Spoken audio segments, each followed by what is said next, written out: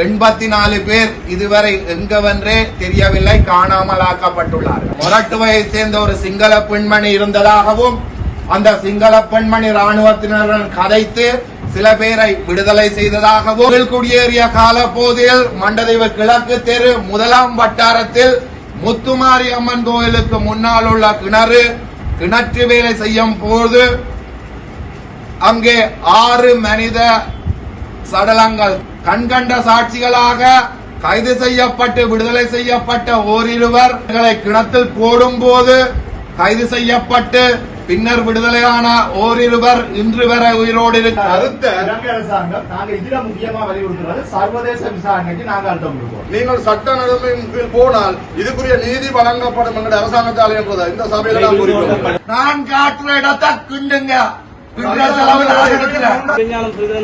உடனே பாராளுமன்றத்தில் கலைத்த போது ஆதாரம் இல்லாத கதைகளை இங்கு கதைக்க வேண்டாம் என்று சொல்லி அதை கொச்சைப்படுத்தி இருந்தார்கள்.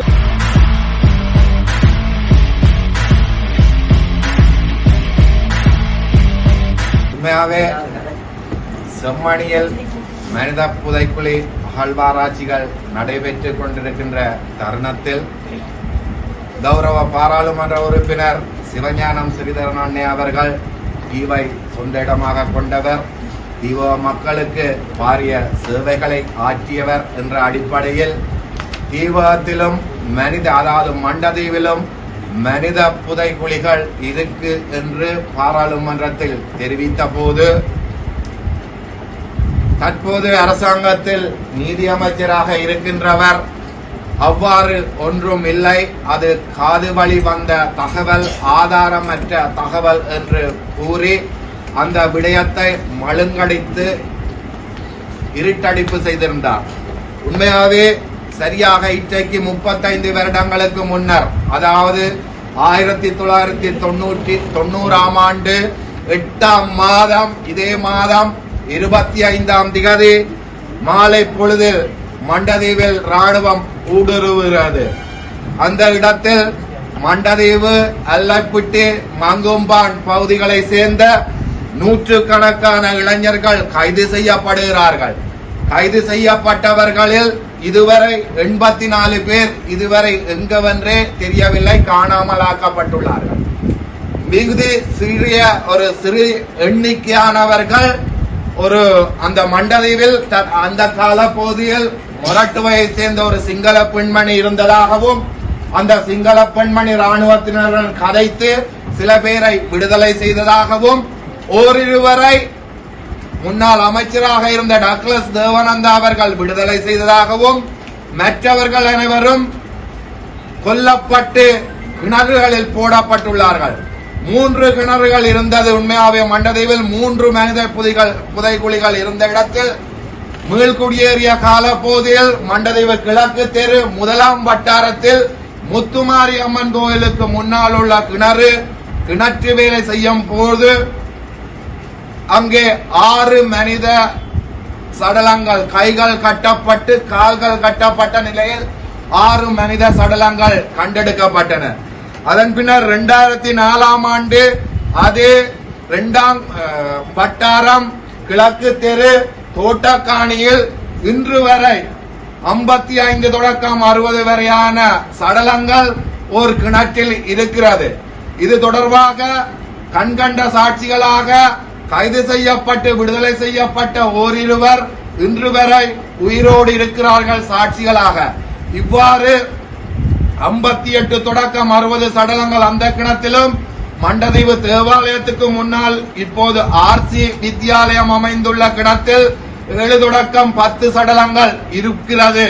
இதற்கு அச்சமயத்தில் இவர்களை கிணத்தில் போடும் போது கைது செய்யப்பட்டு பின்னர் விடுதலையான ஓரிருவர் இன்று வரை உயிரோடு இருக்கிறார்கள். அவர்களின் தகவலின்படியும் மற்றொரு 2004ஆம் ஆண்டு சமாதான கால பகுதியில் அதே 55 தொடக்கம் 60 சடலங்கள் உள்ள கிணறுகளில் பல்கலைக்கழக மாணவர்களால் ஓர் நினைவு தூபி ஒன்று ஸ்தாபிக்கப்பட்டது. ஏனென்று சொன்னால் அதில் மனித புதைகுழி உள்ளது என்றதை உறுதிப்படுத்தித்தான் அதில் மங்கும்பானை சேர்ந்த 3 பேர், அல்லப்பட்டியை சேர்ந்த 8 பேர் மிகுதி மண்டதீவை சேர்ந்தவர்கள் என்று அவர்கள் கைதாகி விடுதலையானவர்களின் 35 வருடங்களுக்கு முதல் நடந்த விடயம் என்றாலும் அவர்கள் தங்கள் ஞாபகத்தில் இருக்கிற விடயத்தை தெரிவித்திருந்தார்கள். அவ்வாறு நினைவு தூவி கட்டப்பட்டதும் பின்னர் சமாதானம் குழம்பிய கால போதில் அந்த நினைவு தூவியும் தரைமட்டமாக்கப்பட்டுள்ளது. எனவே எமது பிரதேசத்திலும் இன அழிப்பு நடந்தது என்றதையும் அந்த இன அழிப்பை ஆதாரங்களாக இன்றும் மண்டதீவில் 2 மனித புதைக்குழிகள் இருக்கிறது என்றதையும் இது ஆதாரமற்ற செயல் என்று கடந்து செல்லாமல் இது தொடர்பாக உரிய விசாரணை நடத்தப்பட வேண்டும் என்றும் இது கட்டாயம் அகழ்ந்து உண்மைத்தன்மை உலகுக்கு தெரியப்படுத்தப்பட வேண்டும் என்றதும் தீவிரத்திலும் இனப்படுகொலை நடந்தது என்பதை ஆவணப்படுத்தப்பட வேண்டும் என்பதையும் இந்த இடத்தில் நான் தீர்மானமாக முன்வைக்கின்றேன். ஆதாரத்தோடு உயிருள்ள சாட்சிகளை முன்னிறுத்தவும் நான் தயாராக இருக்கின்றேன். அகழ்வு பணிகளை மேற்கொள்றதுக்கு சம்பந்தப்பட்ட நீதி அமைச்சர் சொன்ன ஆதாரம் இல்ல, ஆதாரம் இருந்தால் மேற்கொள்வார் என்று. அதுக்காகத்தான் இந்த பிரேரணை நான் கொண்டு வந்தேன். இது தீர்மானமாக்கப்படுற இடத்தில் நீதி அமைச்சருக்கு இது ஃபார்வர்ட் பண்ணி அடுத்த கட்ட நடவடிக்கைகளை நாங்கள் மேற்கொள்ள சுகமாயிருக்கோம்.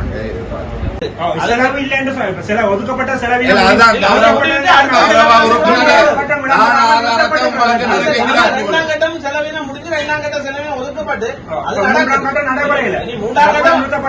அடுத்த பணிகளாக நடக்கும்.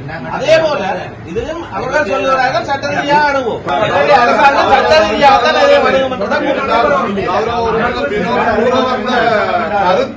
அரசாங்கம் நாங்கள் இதுல முக்கியமா வலியுறுத்துறது சர்வதேச விசாரணைக்கு நாங்கள் அழுத்தம் கொடுப்போம். எங்கட அரசாங்கத்தில் அது ஆணியா இருந்தாலும் பூனியா இருந்தாலும் சிங்கள அரசாங்கம் தான். எனவே சர்வதேச விசாரணைக்கு நாங்கள் சாட்சிகளை உட்படுத்துறதுக்கும் சர்வதேச விசாரணையை முன்னிறுத்துறதுக்கு தான் நாங்கள் இங்க கௌரவ உறுப்பினர் விலகலாதன் கூறிய மாதிரி சாட்சிகளையும் தற்சமயம் உயிரோட சாட்சிகளையும் ஆதாரங்களையும் முன்வைத்து நீங்கள் சட்ட ரீதியாக அணுகும் இடத்துல நிச்சயமாக எங்களுடைய அரசாங்கம் அதுக்கான நீதியை வழங்கும் என்பதுதான் கூற வந்தவரை ஒழிய இதை நீங்கள் என்ன சொல்றது அந்த கருத்தை திசை திருப்ப வேண்டாம். அரசாங்கத்துக்கு நீங்கள் கடந்த கால அரசாங்கங்களை பற்றிய கதை எங்களுக்கு தேவையில்லை. இப்ப இருக்க எங்களுடைய அரசாங்கம் கண்டிப்பாக சாட்சிகளோட நீங்கள் சட்ட நடைமுறையின் கீழ் போனால் இதுக்குரிய நீதி வழங்கப்படும் எங்களுடைய அரசாங்கத்தால் என்பதை இந்த சபையில நான் குறிப்பிடுவோம்.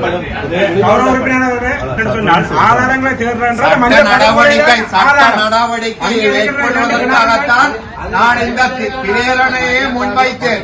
ஏனென்று சொன்னால் பிரதேச சபையில் தீர்மானம் இருக்கு, சாட்சிகள் இருக்கு. நான் மேற்கொண்டு போலீஸ் நீதிமன்ற நடவடிக்கையில் போவேன். அதுக்காகத்தான் இன்றைக்கு தீர்மானம் கொண்டாடப்பட்டது.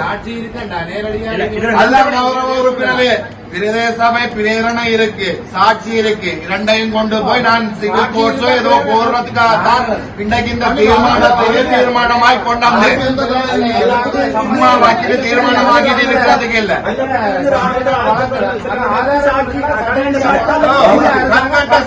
இருக்கு.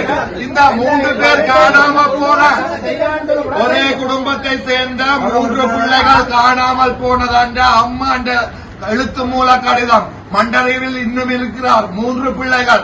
அவர் நடந்த அத்தனை விஷயங்களையும் எழுதியிருக்கிறார். டக்ளஸை சந்தித்திருக்கிறார், டென்சில் கோப்பக்கடவை சந்தித்திருக்கிறார், மகேஸ்வரி வேலாயத்தை சந்தித்திருக்கிறார். இன்று வரை தேடிக்கொண்டிருக்கிறார் பிள்ளைகள் எங்கே என்று. சாட்சிகள் இல்லை, சாட்சிகள் இல்லை என்றால் இது என்ன? இது அவாவின் எழுத்து மூலம் தவிசாளர் அவர்களே. கௌரவ தவிசாளர் அவர்களே, சாட்சி இல்லை என்று யாரும் கூறவில்லை. சாட்சிகளோட இல்ல, வினோத் அவர்கள் ஆதாரம் இல்லை என்ற அடிப்படையில் தான்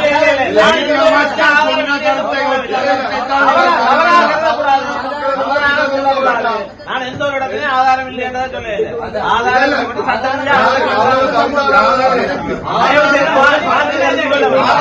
இருக்கு, இடம் இருக்கு. ஆளும் கட்சி கொள்றீங்க, நான் காட்டுற இடத்தை கிண்டுங்க.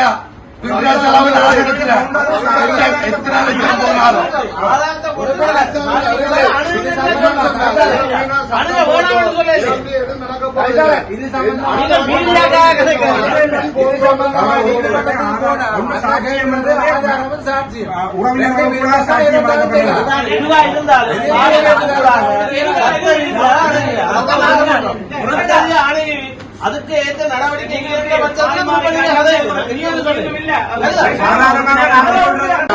நீங்க அதே கட்சியில சேர்ந்தவர்கள் செலவீனம் எடுப்பீங்கன்னா சரி, இல்லாட்டி நான் சொல்ற இடத்தை நீங்க தோண்டுங்க. உங்களோட செலவீனம் நான் பொறுப்பெடுக்கிறேன். அது அரசாங்கத்துக்கு கூடாக அமைச்சரவை கூட்டங்களுக்கு